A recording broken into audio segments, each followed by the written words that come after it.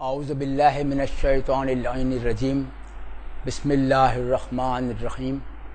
تمام تعریفیں خدائے وحدہ لا شریک کے لیے ہیں اور درود و سلام ہو محمد و آل محمد پر۔ اللہم صلی علی محمد و آل محمد۔ ناظرین، اہل بیت ٹی وی UK کی رمضان کی لائیو ٹرانسمیشن مسلسل جاری ہے اور اس ٹرانسمیشن کا عنوان ہے برکت رمضان، اور آپ کا میزبان ڈاکٹر عین الرضا حاضر خدمت ہے۔ ناظرین، آج کا جو ذیلی عنوان ہم نے قرار دیا ہے وہ ہے آداب بندگی۔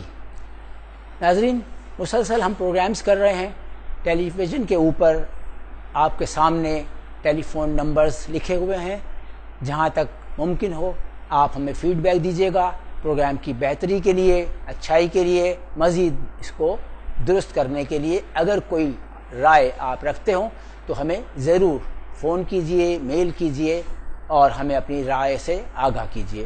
ناظرین، ہمارے ساتھ آج جو مہمانان گرامی تشریف فرما ہیں ان میں سب سے پہلے مولانا دلشاد علی مہدوی صاحب، السلام علیکم۔ وعلیکم السلام۔ کیسے مزاج ہیں؟ الحمدللہ۔ اور ان کے ساتھ ہی تشریف فرما ہیں مولانا سید علی حیدر زیدی صاحب، السلام علیکم۔ ناظرین، جیسا کہ ہم نے بتایا ہے، آداب بندگی، یہ ماہ سیام رحمتوں کا مہینہ، برکتوں کا مہینہ، عبادتوں کا مہینہ، مغفرتوں کا مہینہ۔ ہم مختلف عنوانات سے پروگرامز کر چکے ہیں اور عید کے روز تک یہ لائیو ٹرانسمیشن ہماری جاری رہے گی۔ مولانا دلشاد علی مہدوی صاحب، جیسا کہ ہمارا عنوان ہے آداب بندگی، یہ بندگی کسے کہتے ہیں اور آداب کا معنی و مفہوم آپ کیا سمجھتے ہیں؟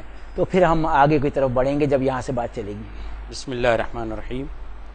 سب سے پہلے تو خداوند متعال کے شکر گزار اور سپاس گزار ہیں کہ خالق کائنات نے ہمیں ماہ رحمت عنایت کیا اور ہمیں یہ مہلت اور ہمیں یہ زندگی دی کہ ہم ماہ رمضان المبارک کے ایام اللیل کو پائیں اور حقیقی طور پر بندگی کے آداب کو سمجھ کر بندگی اختیار کریں۔ پروردگار عالم نے سورہ ملک میں ارشاد فرمایا ہے، الذی خلق الموت والحیات لیبلوکم ایکم احسن عملا۔ دوسری آیت ہے، امام صادق علیہ السلام سے جب پوچھا جاتا ہے کہ مولا یہاں پر احسن عمل لفظ آیا ہے تو امام تائید میں فرماتے کہ ہاں بالکل یہاں پر لفظ احسن آیا ہے، اکثر نہیں آیا۔ یعنی پروردگار عالم ہم سے بندگی کے معاملے میں کوانٹٹی نہیں چاہتا، کوالٹی چاہتا ہے۔ ائمہ معصومین علیہ السلام نے ہمیں اس بات کی طرف متوجہ کیا ہے کہ ہمیں کوالٹی کی طرف نگاہ کرنی چاہیے کوانٹٹی کے بجائے، اور بہت ساری روایات، بہت سارے مطالب اس معاملے میں آئے ہوئے ہیں۔ چونکہ قبلہ علی حیدر صاحب بھی ہیں اور بھی ہیں، آپ بھی اس پر وضاحت کریں گے۔ ادب حد کی معنی میں ہے،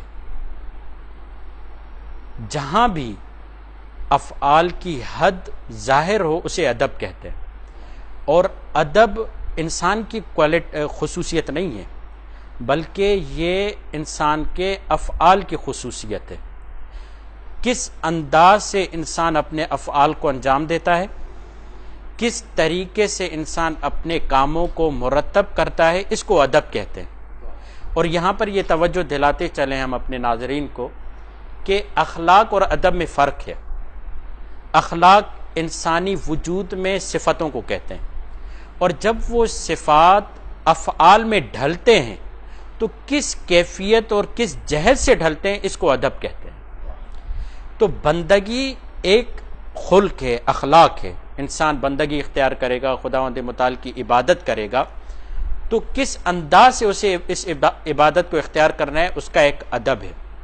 اور یہاں پر بہت ہی مناسب جملہ ہوگا اگر ہم یہ کہیں، ہم پوری زندگی کی عبادتیں ہماری اگر کریں تو شاید بندگی کے ادب کے بغیر ہو تو شاید وہ ہماری شفاعت کے لیے کافی نہ ہو، یعنی ہماری ہی شفاعت نہ کروا پائے، مگر جو مؤدب انسان ہے اگر وہ ادب کے ساتھ 2 رکعت پڑھ لے بلکہ ایک سجدہ کر لے تو اس کا ادب بھرا ایک سجدہ عالمین کی شفاعت کے لیے کافی ہو جاتا ہے۔ میں بہت یہاں پر اعزاز کے ساتھ افتخار کے ساتھ اشارہ کروں گا، سجدہ کیا اگر ضربت بھی ادب سے چلائی جائے، خلوص سے چلائی جائے تو رسول خدا اس کی ضربت کو ثقلین کی عبادت سے افضل ثواب کے ساتھ۔ مولانا